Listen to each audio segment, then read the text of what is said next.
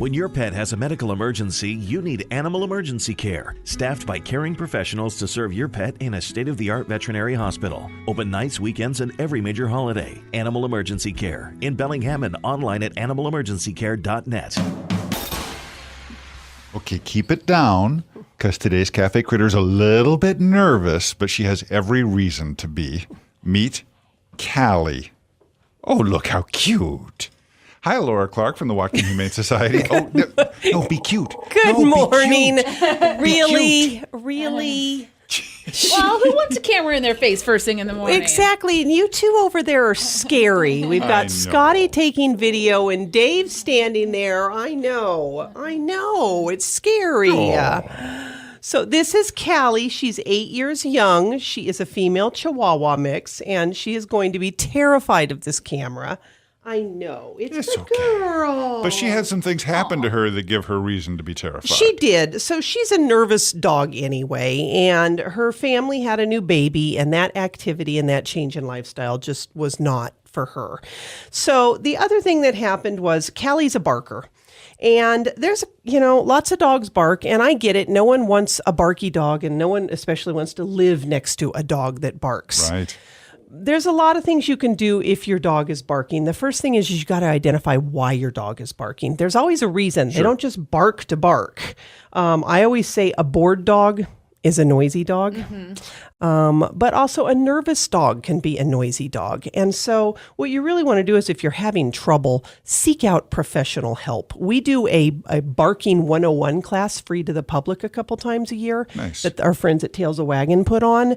But the one thing you don't want to do, which happened in Callie's case, is you don't want to punish the dog for barking. So for example, when you just yell, shut up, your dog thinks you're barking back at them. Yeah. They're not going to shut up. Right. They might shut up for 1 second, but then all they hear is bark, bark, bark back to them, right? It's like when dogs bark and their owners say, hey, hey, hey. You're just barking too. You're barking back at them. Yeah. So you can see her. She's reacting. You're getting noisy. Okay, she's buddy. getting noisy. It's okay. So you want to reward the dog for not barking. Yeah. Oh, please, sweet girl.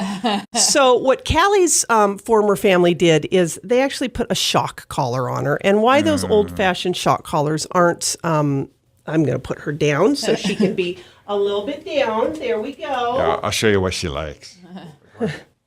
So what they did was they put one of those old-fashioned shock collars on her, which when the dog barks, it gives them a shock, right. Which for a nervous dog that's already scared of life, it just makes things 10 times worse. And it actually got so bad that it burnt her neck.